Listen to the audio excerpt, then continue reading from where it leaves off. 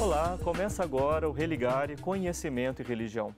O que provoca o trânsito religioso entre católicos e evangélicos na direção do espiritismo? No programa de hoje eu converso com Rosane Alves Ferreira, advogada e mestre em Ciências da Religião pela PUC Minas.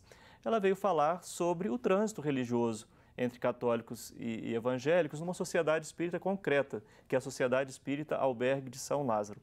Rosane, é um prazer receber você aqui no Religare para falar sobre esse tema, que foi tema da sua pesquisa no mestrado. Eu que agradeço a oportunidade.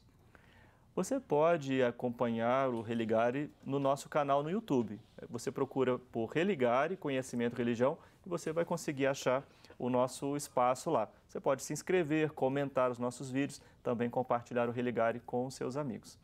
Rosane, acho importante a gente trazer esse debate. O Religare, ele, como programa aqui na TV Horizonte, ele procura ouvir as mais diversas crenças. E hoje é importante falar sobre esse tema do espiritismo e especialmente a presença de católicos e de evangélicos, não é, na fé espírita, que participam, não é, das suas igrejas e também participam do espiritismo. É um fenômeno conhecido, não é? Você se interessou por esse tema a partir de uma vivência especial que você teve, porque você também professa o espiritismo, não é? Sim. Essa observação não científica inicialmente, Sim, na Sociedade Espírita Albergue de São Lázaro foi que me chamou a atenção. Sabe que eu me lembro uma vez você me contando sobre isso, né? Como é que foi isso? Muito católico, muito evangélico, também de outras religiões, mas o que chamou mais atenção foi exatamente de católicos e evangélicos, né? Porque eu ficava pensando, como pode eles se sentirem tão tranquilos, ou pelo menos aparentarem tanta tranquilidade na absorção de tudo o que é vivenciado dentro da doutrina espírita, se a religião que eles professam se contrapõe em alguns postulados, como a reencarnação, como a comunicação dos mortos com os vivos, não é? E como é que eles poderiam transitar, né? Absorver isso com tranquilidade. Isso me chamava muita atenção. Quando eu pude fazer esse mestrado, eu falei, esse agora. é o tema. Esse é o tema. Sim, mas enfim, apresente um pouco para nós o espiritismo, né? Quais são as crenças básicas do espiritismo?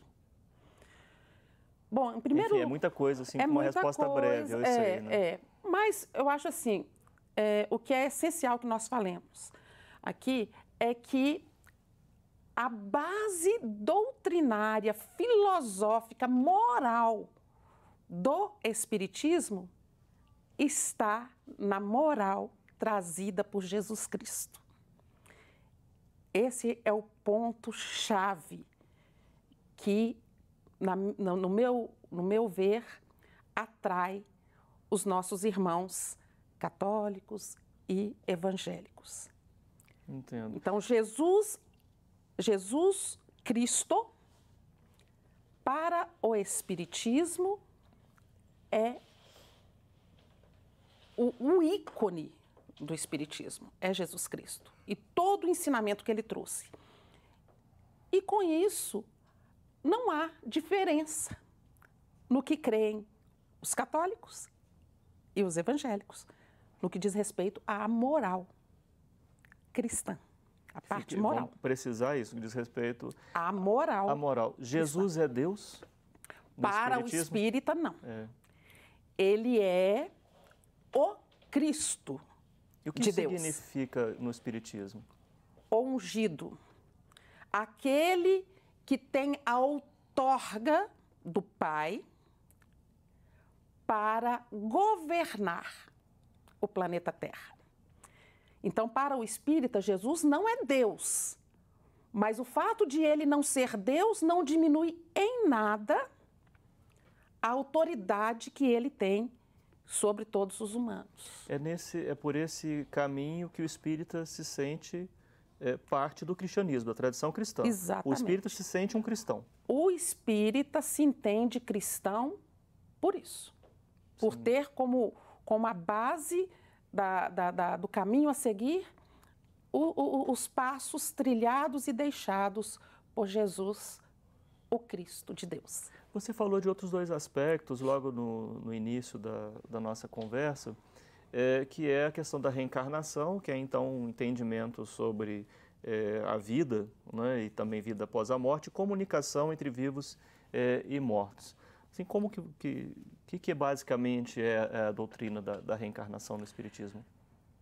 A reencarnação para o Espiritismo é a oportunidade que é dada por Deus ao espírito de estar sempre melhorando.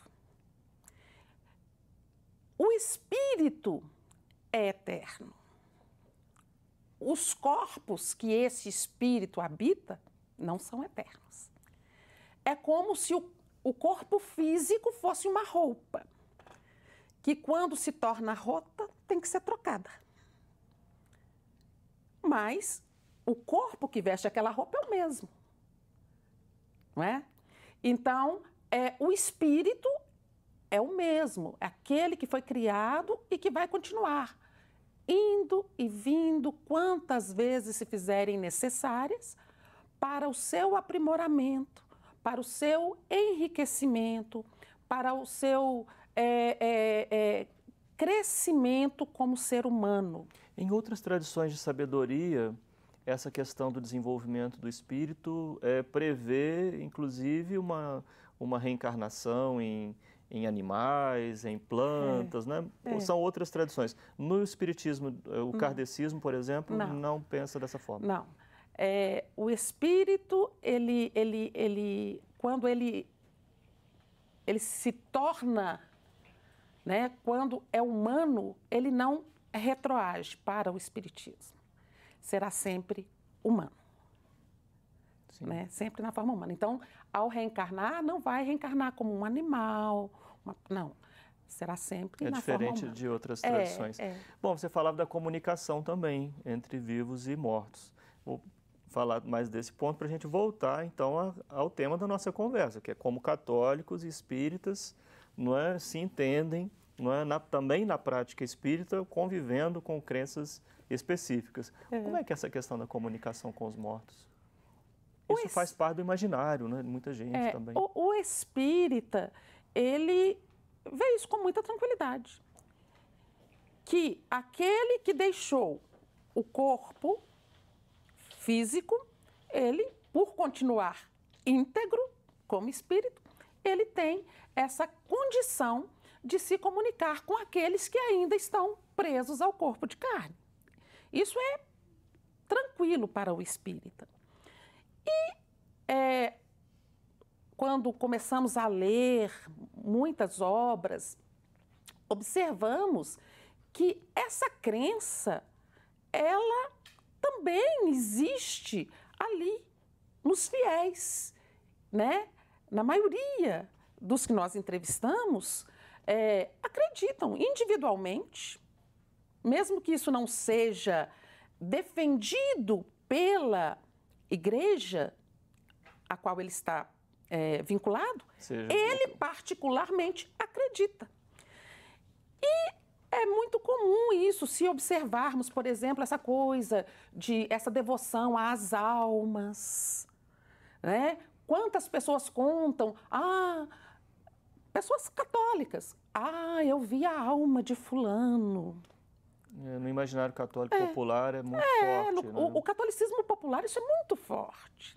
Eu vi a alma de fulano, vou rezar para as almas. Isso, na tradução espírita, é tranquilo com relação à comunicação dos mortos. Você acha que isso ajuda a explicar, em parte, o fato do espiritismo ter se desenvolvido tanto no Brasil? E digo desenvolvido tanto porque os números do censo não dizem muito do que é a realidade, né, do segmento espírita. Se os espíritas se declarassem espíritas E se os católicos que frequentam o espiritismo se declarassem espíritas e os evangélicos que frequentam o espiritismo se declarassem espíritas, no censo os números seriam outros. Diferentes. Em geral, as pessoas não falam, a gente pode até voltar nesse assunto, né? Mas você acha que o fato do espiritismo ter, quando chegou aqui no Brasil, ter já encontrado esse caldo cultural de crença nas almas, nos espíritos e tal, isso facilitou esse crescimento aqui no Brasil? O terreno brasileiro era fértil. Porque não o Brasil... Não é mais fértil? Não. Eu falo lá no começo e continua fértil, né? Okay. Mas o espiritismo, quando ele chega no Brasil, ele encontra um terreno fértil. Por quê? Quando a família real vem para o Brasil, vem também a nata cultural, aos poucos vem também portuguesa, vem para cá e vai se abrindo esse campo. Então, o espiritismo ele chega ao Brasil bem próximo da codificação. A primeira obra espírita é de 1857, que é o Livro dos Espíritos. Em 1860, o espiritismo já estava aqui no Brasil. Nossa, então, quase que simultaneamente. Junto, né? E o que acontece? Chegam os imigrantes que vêm para o Brasil, eles... A Ângela Vilhena, ela fala isso muito bem. É uma pesquisadora? É uma pesquisadora. Ela tem uma obra que se chama Espiritismos. Muito bom, porque ela percorre esse caminho, sabe? Ela começa a olhar que os judeus que chegam aqui, eles não chegam e param aqui nesse ponto. Eles saem daqui, vão lá para o outro ponto, vão para outro. Os budistas, os protestantes, e para onde eles vão, eles levam a bagagem deles, a bagagem cultural, a bagagem religiosa.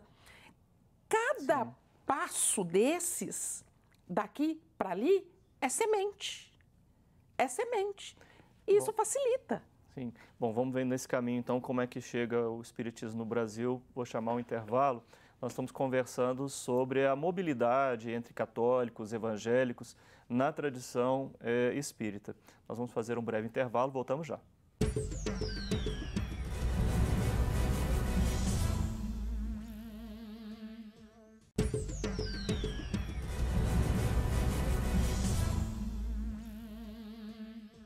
Estamos de volta com o Religare, Conhecimento e Religião.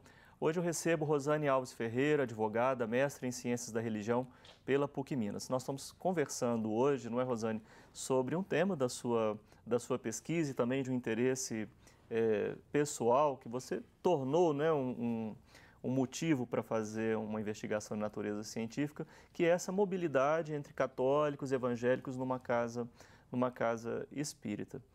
Bem, você estava falando da história, da chegada aqui do espiritismo no Brasil. Como é que foi o caso do albergue São Lázaro? Como é que ele começa suas atividades aqui? É comum a comunidade espírita exercitar o culto do evangelho no lar. Isso é uma prática comum aos espíritas. E o casal jovial Gonçalves dos Reis e Aparecida Pereira de Souza Reis, né? Eles abriram o culto do Evangelho no lar, na casa deles, e aos poucos começaram a ir visitantes participar do culto. Esse culto cresceu, né? E se tornou a Sociedade Espírita Albergue de São Lázaro lá, em Contagem. Sim, sim. E, enfim, aí você já disse, né? Você começou a perceber pessoas das igrejas católicas, da igreja católica, de igrejas evangélicas, participando lá. Qual que é o perfil dessas pessoas?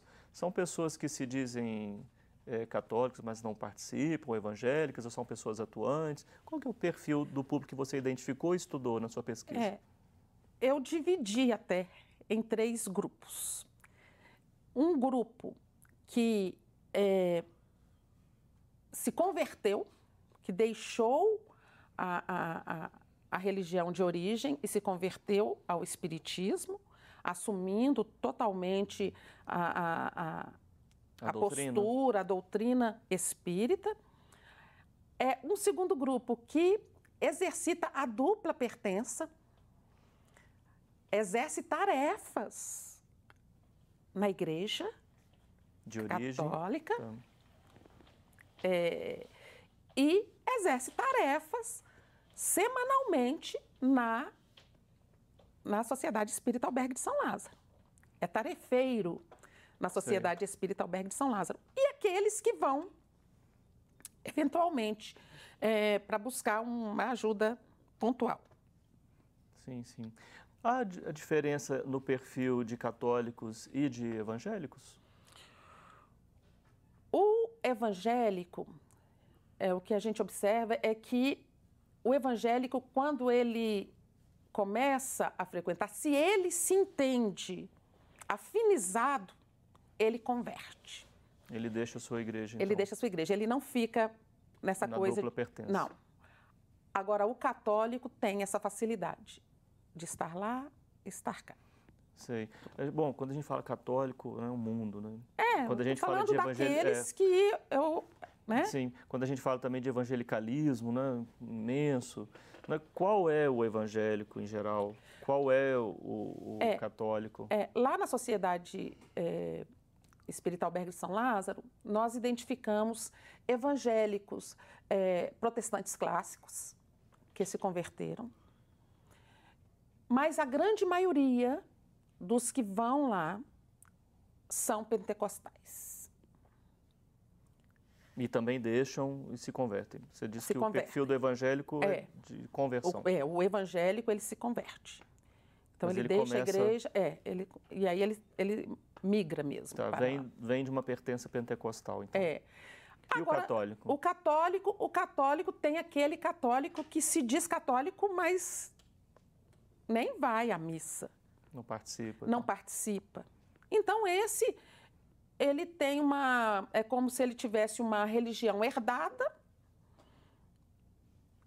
né, que foi dos pais, dos avós, Sim. Mas ele não é partícipe, ele não se sente integrante. Entendo. À exceção daqueles que você disse, que tem tarefas aqui e ali.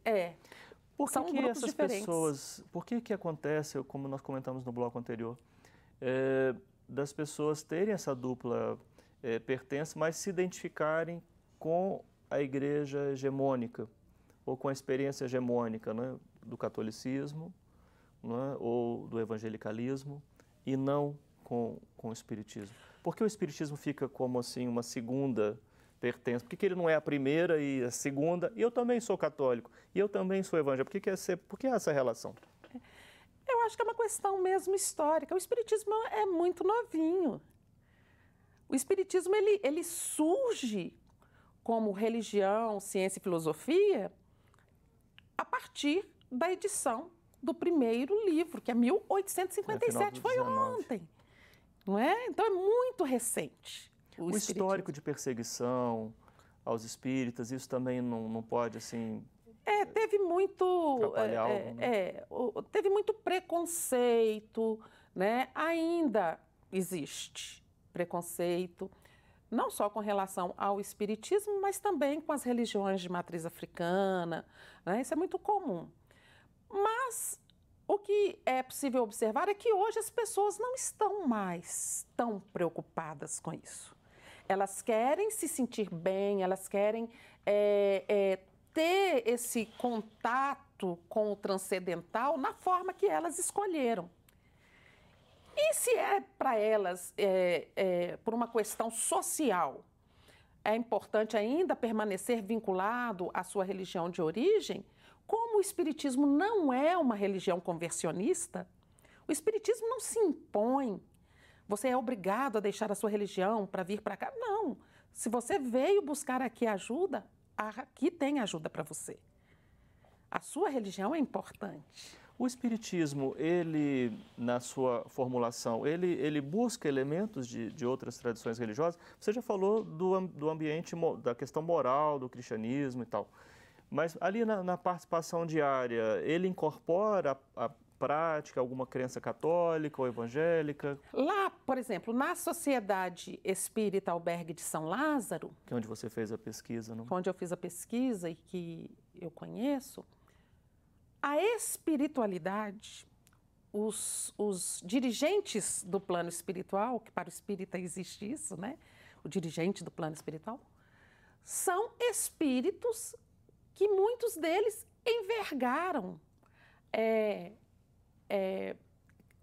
a túnica de padres, de personagens do clero do passado, né? Em vidas passadas. E o espiritismo, ele não tem essa rejeição com o que ele entende ser positivo. Porque aquilo que é moral, aquilo que é de essência moral, todas as religiões traz a sua essência moral e isso é um ponto comum. Então, a doutrina espírita, ela tem, né, na sua composição um componente assim, muito forte assim, de abertura ao diálogo interreligioso, por exemplo. Total. O espiritismo não é fechado ao diálogo. O espiritismo está sempre aberto porque ele reconhece como verdades as verdades morais essenciais das religiões. Pode haver alguma discussão em relação a dogmas, que aí vai ser respeitado o dogma de cada religião. Mas a parte moral que todas elas trazem, né, do respeito ao próximo, do amor ao próximo, isso está em todas. Lá no budismo, quando fala lá do caminho do meio, né? No hinduísmo, todas as religiões ligadas a essa origem hindu, todos falam da mesma moral. Os reformadores protestantes, né? Eles buscavam o lado moral. Isso observado os princípios gerais. Os princípios gerais. As particularidades de cada religião têm que ser respeitados, porque é a verdade para aqueles adeptos. E é a verdade deles. E enquanto à prática, não é o fato de essas pessoas virem para uma casa espírita, isso daí aquela comunidade não eles são não bem reage assim. São bem recebidos, né? São bem recebidos com esse respeito, né? O espiritismo ele trabalha muito essa coisa da alteridade, do respeito à alteridade, né? Então essa coisa da tolerância religiosa. Isso desde as origens do espiritismo. Desde as origens. Esse é o ensinamento. A parte essencial é essa. Sim. É lógico que lá no começo, como os ataques ao espiritismo, eles eram muito ferrenhos, então tiveram pensadores, estudiosos, que também começaram a se posicionar de forma mais ferrenha para defender aquela nova doutrina que chegava. Entendo. Mas, no geral, tiradas essas diferenças, que são diferenças que acontecem dentro do próprio espiritismo, sim, né? O espiritismo imagino também... que haja também um debate aí. Muito. Né? Entendo. Por exemplo, tem espíritas que defendem mais a parte filosófica, outros defendem mais a parte religiosa, outros a científica. Sim. Isso o famoso gera... tripé aí do espiritismo, né? Isso gera... Um grande debate. Por que que muitos espíritas, quando têm que responder ao censo, qual é a sua religião? Eu falo, mas se eu defendo só a parte filosófica, isso é religião? Eles ficam confusos. Rosane, olha, uma pena o nosso tempo ter acabado. Eu agradeço e cumprimento pela sua pesquisa e a oportunidade do diálogo, né, da gente colocar aqui os princípios do espiritismo e essa realidade que acontece aí dessa dupla pertença em alguns casos e as características, né, desse pertencimento. Obrigado por você ter vindo aqui ao Religar e conversar com a gente. Eu que agradeço. O Religare Conhecimento e Religião é um projeto de extensão do Programa de Pós-Graduação em Ciências da Religião da PUC Minas. Conheça as nossas atividades e cursos de especialização, de mestrado e doutorado, acessando a página pucminas.br/ppgcr. Religare de hoje fica por aqui. Obrigado à nossa equipe, aos colaboradores e às colaboradoras da campanha Faço Parte e a você que nos acompanha. Um abraço muito cordial, até a próxima semana com um novo Religare Conhecimento e Religião.